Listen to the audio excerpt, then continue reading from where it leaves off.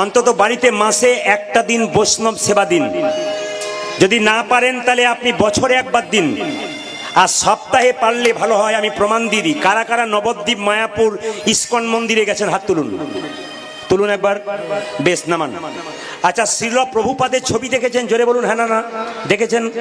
আচ্ছা মায়েরা, এই শ্রীল প্রভুপাদ বিশ্ববিখ্যাত হলো কেন? তার বাবার জন্য হলো, তার মায়ের জন্য হলো। কেন হলো? শ্রীল প্রভুপাদ কিন্তু কলকাতার ছেলে ছিল। এইদিকে মায়েরা, তো কলকাতায় কোনো বৈষ্ণব যদি বাড়িতে আসতো, তো প্রভুপাদের বাবা কি করতো জানেন?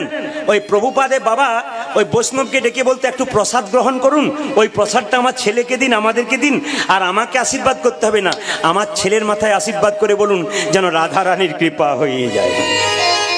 আপনাদের কাছে একটা নিবেদন রইল, যে যেখানে বসে আছেন, বাড়িতে যেদিন বৈষ্ণবকে সেবা দেবেন, সেদিন সেবা দেওয়ার পর বলবেন, বাবা একটু যেন আমার ছেলের আশীর্বাদ করুন, মাথাতে, মেয়ের মাথাতে আশীর্বাদ করুন, যেন রাধারানীর বা কৃষ্ণের কৃপা হয়ে যায়।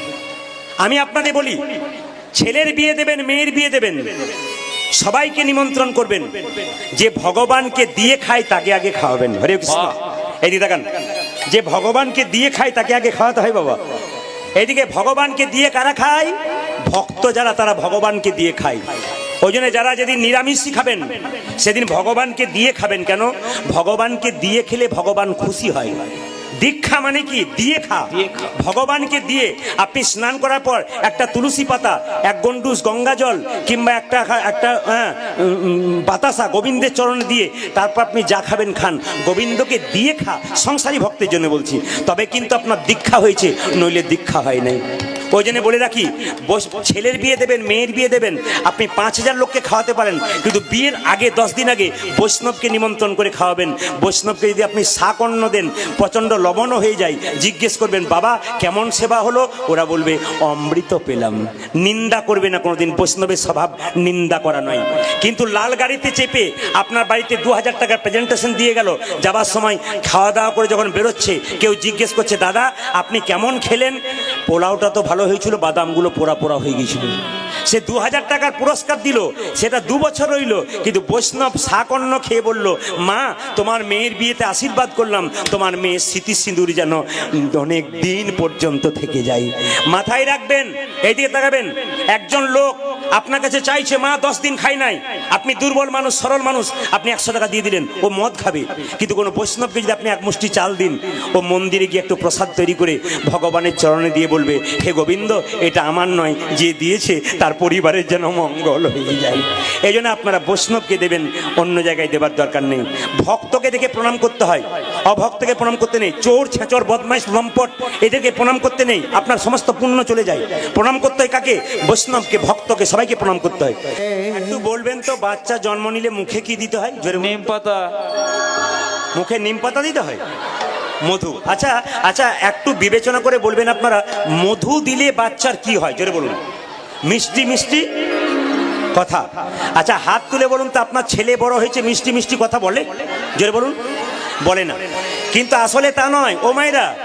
বাচ্চা যখন জন্ম নেয়, কান্নাকাটি করে, মধু দিলে কান্না বন্ধ হয়। তো কৃষ্ণমণ্ডল এত গরিব, পাড়া প্রতিবেশী লোকেরা বলছে, কৃষ্ণমণ্ডল একটু মধু দাও, ছেলেটা কান্না বন্ধ হচ্ছে না। সঙ্গে সঙ্গে বলে উঠলো, শোনো আমার মধু কেনার পয়সা নাই। একজন বলল, পাড়া প্রতিবেশী কোনো বাড়ি থেকে মধু কিনে দাও, মধু ধার করে দাও। মায়েরা এদিকে তাকান, কারো বাড়ি থেকে মধু ধার করে এনে বাচ্চাকে দিলে, সেই মধু যদি শোধ করতে না পারেন, পরের জন্মে তার বাড়ির কুকুর হয়ে জন্ম নিতে হয়। এই জন্য বলছে মধু কেনার দরকার নাই। কৃষ্ণমণ্ডল বলল, আমি মধু কিনবো না, আমি কি করব জানো?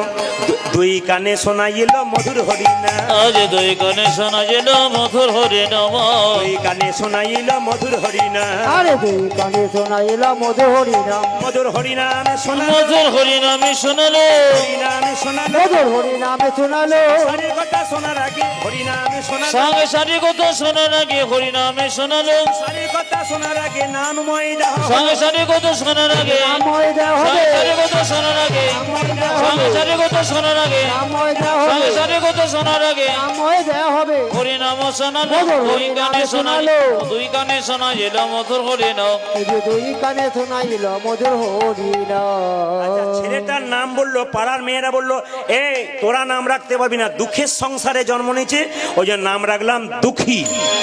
যে বলুন কি নাম রাখলাম মা? দুঃখী। আচ্ছা, আপনাদের ছেলে মেয়েদের নাম সব কৃষ্ণ, বিষ্ণু, নারায়ণ রেখেছেন তো? হাত তুলুন তো কাঁধে ভগবানের নামের সঙ্গে নাম রাখা আছে বাচ্চার। একটু হাত তুলবেন দাদা ভাইরা, ভগবানের বাচ্চার সঙ্গে, ভগবানের নামের সঙ্গে। অনেক দাদা ভাই মাথা নড়াচ্ছেন না, অনেকে নড়াচ্ছেন। এইদিকে মায়েরা, অজামিল চরিত্রহীন মাতার লম্পট ছিল, তার স্ত্রী ছিল ভক্তিমতী। ছেলের নাম কি রেখেছিল? জোরে বলুন। নারায়ণ। অজামিল এত চুরি ডাকাতি করেছে, অন্যায় করেছে, কিন্তু অজামিল মৃত্যুকালে নারায়ণ নারায়ণ বলে ডেকেছিল বলে অজামিলের জায়গা হয়েছিল স্বর্গে। ওই জন্য প্রত্যেকে যারা কীর্তন শুনতে এসছেন তাদের কাছে নিবেদন রইল, ছেলের নাম রাখবেন কৃষ্ণ, বিষ্ণু, নারায়ণ, হরিদাস নাম রাখবেন। ও মায়েরা, এখনকার আপনাদের নাম তো তাও ভগবানের নামের সঙ্গে রেখেছেন, কিন্তু আমাদের ওখানে নাম রাখে নাট, ভল্টু, পল্টু, সল্টু, অনেকে নাম রাখে পাপাই, মানে যত পাপ আছে সব আমার ঘরেই আয়। অনেকে আবার মেয়েদের নাম রাখে বিউটি। মায়েরা, বিউটি, সুইটি। আচ্ছা বলবে, কিছু মনে করবেন না, বিউটি সুইটি যখন বয়স হবে 70 বছর, তখন বিউটি বলে ডাকতে পারবেন? দাঁত ভেঙে গেলে সুইটি বলে ডাকতে পারবেন না? না, বিষ্ণুপ্রিয়া, কৃষ্ণপ্রিয়া, লক্ষ্মীপ্রিয়া, এই নামগুলো রাখুন। কৃষ্ণ, ছেলের নাম কৃষ্ণ নাম রাখলে 10 বার কৃষ্ণ বলে ডাকবেন, একবার গাল দেবেন, 9 বার তো প্রেম করে ডাকবেন, আপনার কাজ হয়ে যাবে। এই জন্য যারা বাবা হয়েছেন, মা হয়েছেন, কৃষ্ণ ভক্ত সন্তান জন্ম দিতে হবে। লক্ষ্য করুন, ছোট্ট দুঃখী যখন আস্তে আস্তে বড় হলো, তার বাবা বুদ্ধি দিল, শোন দুঃখী, এই দেখ, তোকে এমনি এমনি পাই নাই। মায়েদের একটা ছোট্ট নিবেদন করে যাই, দাদা ভাইয়ের একটু হাত তুলে বলবেন, বৈষ্ণবরা বাদ দিয়ে। আচ্ছা, ছেলে বড় হলে মা বাবাকে খেতে দেয়? হাত তুলে বলুন হ্যাঁ না না। খেতে দেয়? ছোট ছোট বাচ্চাগুলো বলছে না। দেখুন, এরা কিন্তু শিখছে। ওই জন্য আমি আগেই বলেছি, বাচ্চারা কিন্তু আগে শেখে। এপিজে আব্দুল কালাম বলেছেন, একটা মায়ের কোল 100টা স্কুলের সমান। একটা মায়ের কোল না 100টা স্কুলের সমান। আপনার চলা কেমন, বলা কেমন, দেখা কেমন, বাচ্চা লক্ষ্য করে। তাহলে আপনারা বলবেন বাবার কোনো দোষ নাই? অবশ্যই দোষ আছে। অনুকূল ঠাকুরজি বললেন যে মা যদি মাটি হয় তাহলে বাবা বীজ, মাটি যদি উর্বর হয় আর বীজ যদি পোকা লাগা হয় গাছ হবে? জোরে বলবেন হ্যাঁ না না। ও মায়েরা, মাটি যদি উর্বর হয়, বীজ যদি পোকা লাগা হয় গাছ হবে। তাহলে বাবাটাকেও ভালো হতে হবে, মাটাকে ভালো হতে হবে, তবে কৃষ্ণ ভক্ত সন্তান জন্ম হবে। আচ্ছা, আপনাদের ছেলে মেয়েরা বড় হলে খেতে দেয় না, আমাদের দিকেও দেয় না, কিন্তু তার আগে একটা সিগন্যাল দেয়। আপনারা দেখেছেন? আমার দিকে তাকান। আচ্ছা, ছেলেকে যখন কোলে নিয়ে থাকেন, মাথাটা কোন দিকে থাকে? এই দিকে না এই দিকে? জোরে বলুন। কোন দিকে? নিচের দিকে না ওপর দিকে? মাথাটা কোন দিকে থাকে? ওপর দিকে। পাটা কোন দিকে থাকে? নিচের দিকে। দেখবেন ছেলেটাকে কোলে নেবেন, এটাকে যখন কোলে নেবেন তখন কি বলবেন? এই খোকা, বড় হবি, তোর মাথা নড়ায় না পা নড়াই, হব মা। দেখবেন আপনারা, এ খোকা, তুই পড়াশুনো করবি, করবো মা। তারপর তুই চাকরি পাবি, পাবো মা। তারপর বিয়ে দেবো, করবো মা। তারপর তুই হবি বড়, আমি হব বুড়ো, তোর কাছে বসে বসে খাবো। বাচ্চা পা নড়বে, সেটি হবে না। সিগন্যাল কিন্তু আপনাদের দিয়ে দেয়, আপনারা বুঝতে পারেন না। তবে হ্যাঁ, এত সাধুগুরু বৈষ্ণব এসছেন, আপনাদের চরণে প্রদীপ পালে দণ্ডবত কোটি কোটি প্রণাম। যারা নিচে বসে আছেন, অনেক বৈষ্ণব আছেন, প্রণাম আপনাদের চরণে। আমার বাবাদেরও চরণে প্রণাম, মালা নিয়ে আছেন যারা। আর যারা মালা নিয়ে নেই, ভক্ত প্যান্ট শার্ট পরে আছে, তারাও হাঁ করে তাকিয়ে আছে। একটা নিবেদন, আমার বাবা ছিল হসপিটালের ডাক্তার। তিনি বললেন, প্রদীপ কীর্তন খুব একটা বুঝি না, চিরকাল চিকিৎসা করলাম, তবে একটা জিনিস বুঝি। বলে কি বুঝলো? বলছে একটা জিনিস বুঝি, বাচ্চা যদি তেতো ওষুধ না খায় তাহলে মিষ্টি ওষুধ খাওয়াতে হয়, কারণ চিনি মেশাতে হয়। তাহলে কীর্তন করবি, তত্ত্ব বলবি, বাস্তব মেশাবি। বললাম কিরকম?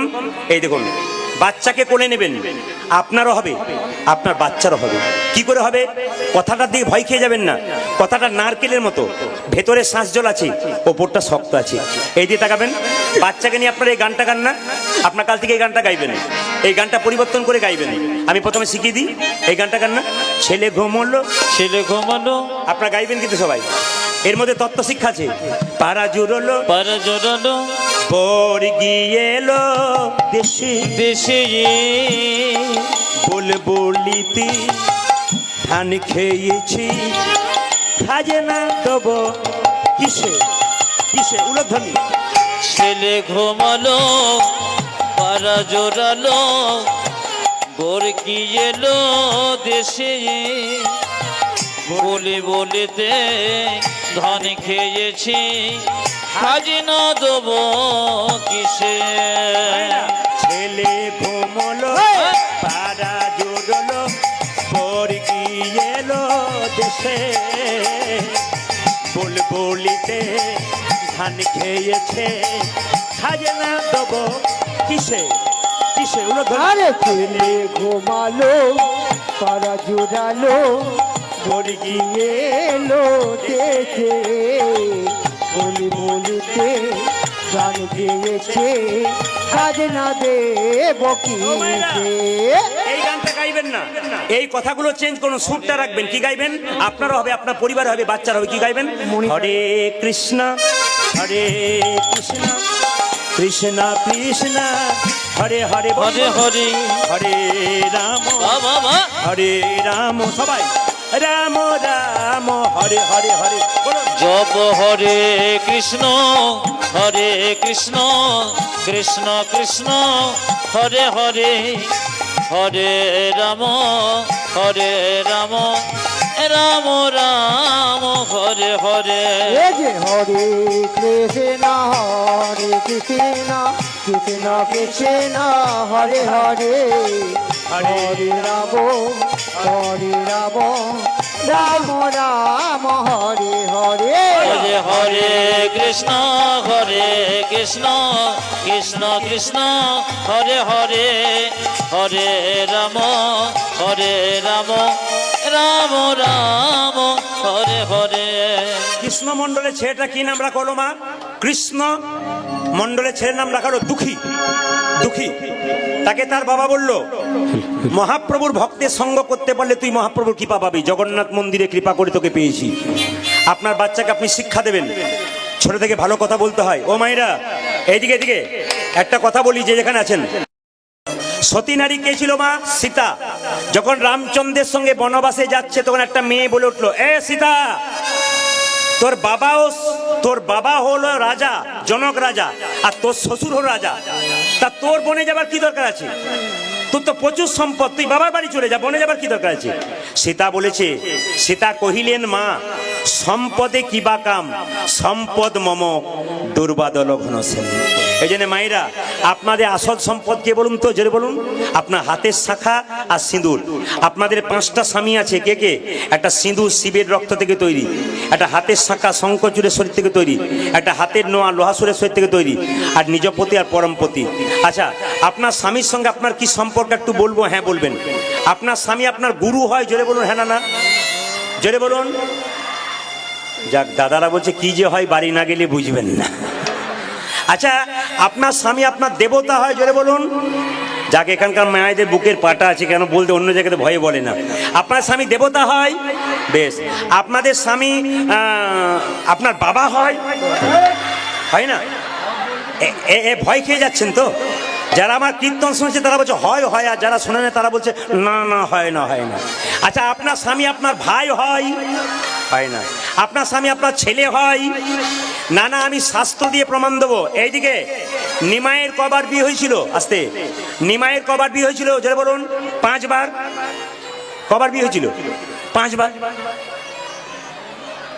যাক, আপনারা তাহলে জানেন 2 বার বিয়ে হয়েছিল।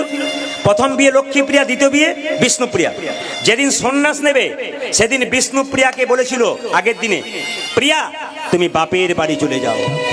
বিষ্ণুপ্রিয়া বলেছিল, স্বামী এটাই তো বাপের বাড়ি, তুমি আমার বাবা, তুমি আমার ছেলে, তুমি আমার ভাই, তুমি আমার বন্ধু, তুমি আমার ইহকাল, তুমি আমার পরকাল, তুমি আমার সব। মায়ের অনেকে চুপ করে গেল, কি করে সম্ভব? বিষ্ণুপ্রিয়াকে নিমাই বললো, আমি বুঝতে পারি না, লোকে আমাকে পণ্ডিত বলে, আমি বুঝতে পারলাম না স্বামী কখন বাবা হয়, স্বামী কখন ছেলে হয়, স্বামী কখন ভাই হয়। বিষ্ণুপ্রিয়া বলছে, তুমি যেমন পণ্ডিত মানুষ, আমিও পণ্ডিতের মেয়ে। আমার বাবা সনাতন মিশ্র আমায় শিখিয়ে দিয়েছে। মায়েরা জেনে নিন কখন স্বামী বাবা হয়। অন্নদানে পিতা সম, রতিদানে পতি। অন্নদানে পিতা সম, রতিদানে পতি। অন্নদানে পিতা সম, রতিদানে পতি। আরে অন্নদানে পিতা সম, রতিদানে পতি। ভেঙে বুঝিয়ে দি, মেয়েদের যখন বিয়ে হয় না অন্ন জোগাড় করে কে? স্বামী, নাকি? আর বিয়ে হয় না তখন কে জোগাড় করে? বাবা। আর বিয়ে হয়ে গেলে কে জোগাড়? স্বামী। স্বামী হলো অন্নদাতা পিতা। অন্নদানে পিতা সম, রতিদানে পতি। অন্নদানে পিতা সম, রতিদানে পতি। পিণ্ডদানে পুত্র সম, অগতির গতি। আরে পিণ্ডদানে পুত্র সম, অগতির গতি। পিণ্ডদানে পুত্র সম, অগতির গতি। আজ পিণ্ডদানে পুত্র সম, অগতির গতি। স্বামী স্ত্রী বেঁচে আছে, ছেলে মেয়ে হয় নাই, আগে স্ত্রী মারা গেল, পিণ্ড দেবে কে? স্বামী। পিণ্ড দানে পুত্র সম অগতির গতি, পিণ্ড দানে পুত্র সময় অগতির গতি। উপদেশে গুরু তুল্য, সেবাতে দেবতা। অগুণকে শুধু সম বিপদে ভাতম। যোগেতে অচ্যুত সম বিপদেতে ভাতা। তোমাদের পতিপুত্র পতিপিতা, তোমাদের প্রতিপুত্র প্রতিপিতা। পতিপুত্র পতিপিতা, পতিপুত্র পতিপিতা। পতি হলো পরম দেবতা, পতিপুত্র পতিপিতা। তোমাদের প্রতি হলো পরম দেবতা প্রতিপুত্র প্রতিপিতা। পতি হলো পরম দেবতা, পতিপুত্র ও পতিপিতা। যে পতি হলো পরম দেবতা, পতি হলো পরম দেবতা, আজ প্রতিপুত্র প্রতিপিতা। পতি হলো পরম দেবতা, আজ প্রতিপুত্র ও প্রতিপিতা। যে পতিপুত্র পতিপিতা। আচ্ছা, যারা যারা প্রণাম করেন নাই আজকে কীর্তনের শেষে সকালবেলায় সবাই স্বামীকে প্রণাম করে নেবেন। দাদা ভাইরা সব পাগুলো একটু ধুয়ে মুছে শোবেন, আপনাদের প্রণাম হবে। ও মায়েরা এইদিকে তাকাবেন, দুরিকা দেবী তার স্বামীকে প্রণাম করলো। স্বামী, তুমি যে গিয়েছিলে জগন্নাথ মন্দিরে, কি চাইলে? কৃষ্ণমণ্ডল বলে উঠলো, আমি এমন একটা জিনিস চাইলাম যা জগতে কেউ চায় না। কি চাইলে? আমি একটা কৃষ্ণ ভক্ত সন্তান চেয়ে নিয়েছি। সঙ্গে সঙ্গে বলে উঠলো, বাহ বাহ বাহ, আমি তো নারায়ণের কাছে প্রত্যেকদিন প্রার্থনা করতাম তুমি যাবার পর, আমার একটা কৃষ্ণ ভক্ত সন্তান হলে ভালো হয়। তুমি বেশ চেয়েছো গো, তুমি বেশ চেয়েছো, আমার গর্ভে যেন সন্তান আসে। মায়েরা যে যেখানে বসে আছেন সবাই একটু জোরে উলুধ্বনি দিন, উলুধ্বনি দিন। বাহ। এইবার এইবার এবার এবার আমাদের হিন্দুর বাড়িতে আসতে, আমাদের হিন্দুর বাড়িতে কৃষ্ণ ভক্ত সন্তান জন্ম নিতে গেলে মায়েদের কি কি করতে হবে, কি কি করণীয়, সেই কথাগুলো আমি বলবো। যারা অনুকূল ঠাকুরের ভক্ত আছেন, এখানে অনুকূল ঠাকুরের শিষ্য আছেন, রামকৃষ্ণ দেবের কথা, অনুকূল ঠাকুরের কথা, বিবেকানন্দের কথা, আমরা সবার কথা বলি। অনুকূল ঠাকুরজি বললেন, এইদিকে তাকাবেন, মেয়েদের পেটে বাচ্চা থাকলে 3টে নিয়ম পালন করবেন। এইদিকে তাকাবেন মায়েরা। প্রথমটা কি? আপনাদের মেয়ের পেটে বাচ্চা থাকলে স্নান করার পর প্রত্যেকদিন মন্দিরে প্রণাম করতে বলবেন। 1। 2 কি? শ্রীমদ্ ভাগবত গীতার একটা করে শ্লোক পড়তে বলবেন। তবে দাদা ভাইরা যারা শ্লোক পড়েন গীতার, যদি ভুল করে ফেলেন তাহলে কিন্তু মহাপাতকের ভাগী হতে হয়। কিন্তু আপনারা ভুল করে ফেলতে পারেন, আমিও শ্লোক পড়তে গিয়ে ভুল পড়তে পারি, তার জন্য উপায় আছে। একটা মন্ত্র বলে দেবো, শ্লোক পড়বার আগে এই মন্ত্রটা উচ্চারণ করবেন। শাস্ত্র বলল আপনার অপরাধ হবে না। যেমন তুলসী পাতা তুলতে তুলতে পাতা বা গাছের ডাল ভেঙে গেলে অপরাধ হয়, হরে কৃষ্ণ মহানন্দ মন্ত্র বলতে বলতে তুললে পাতা ভাঙলে অপরাধ হয় না। ঠিক সেরকম দাদা ভাইরা জেনে রাখুন, এই শ্লোক শব্দটা এসছে শোক শব্দ থেকে। শোক, রামায়ণের যে শ্লোক দেখেছেন আপনারা, এই শ্লোকগুলো এসছে শোক শব্দ থেকে। বলছে একটা স্ত্রী সারস পাখি, একটা পুরুষ সারস পাখি, একটা জরা একটা ব্যাগ একদিন ওই পুরুষ পাখিটাকে মেরে দিয়েছিল, তার স্ত্রী পাখিটার যে কান্না, শোক, ওর থেকে কিন্তু শ্লোক তৈরি হয়েছিল। ওই যে শ্লোক যখন পড়বেন, যদি ভুল পড়েন তাহলে কিন্তু আপনার মহাপাতকের ভাগী হতে হয়। ওই যে শ্লোক পড়বার আগে এই মন্ত্রটা বলবেন, সবাই শুনে নিন। হরি ওম, হরি ওম, হরি ওম। সবাইকে বলে রাখি, শ্রীমদ্ ভাগবত গীতা শ্লোক পড়ুন কি রামায়ণের শ্লোক পড়ুন, পড়ার আগে শুধু এই কথাটা বলুন, হরি ওম, হরি ওম, হরি ওম। শ্লোক পড়বেন। মায়ের যদি গীতা শ্লোক পড়তে না পারেন মাথায় ঠেকাবেন। সবার কাছে নিবেদন রইল, যারা গীতা দেখতে পাচ্ছেন তাদের কাছে একটা কথা বলি, যে যেখানে বসে আছেন আপনারা গীতাটাকে দেখছেন, বলুন শ্রীমদ্ ভাগবত গীতা কি?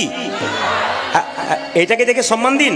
ভগবান শ্রীকৃষ্ণের মুখস্থিত বাণী ভাগবত গীতা, আর ভগবানের চরণ থেকে জন্ম গঙ্গা। বলুন কোনটার বেশি মূল্য, মুখটা না চরণটার? দুটোরই মূল্য আছে।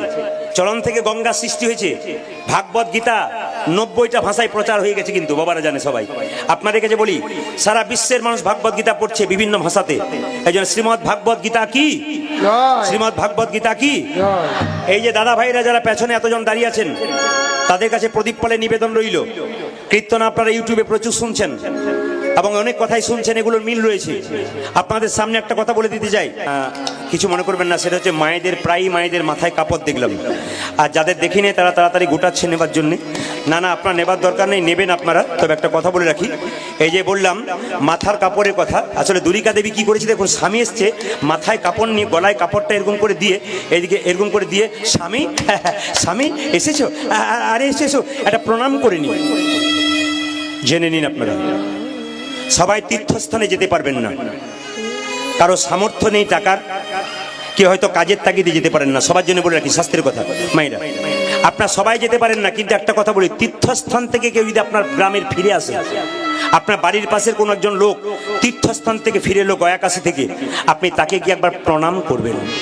সে যখন আশীর্বাদ দেবে তীর্থের ফল কিন্তু আপনি কিছুটা পেয়ে যাবেন। ও মায়েরা, আপনার সমবয়স্ক কেউ বান্ধবী গেছে, তাকে তো প্রণাম করতে পারবেন না, তাকে আলিঙ্গন করবেন।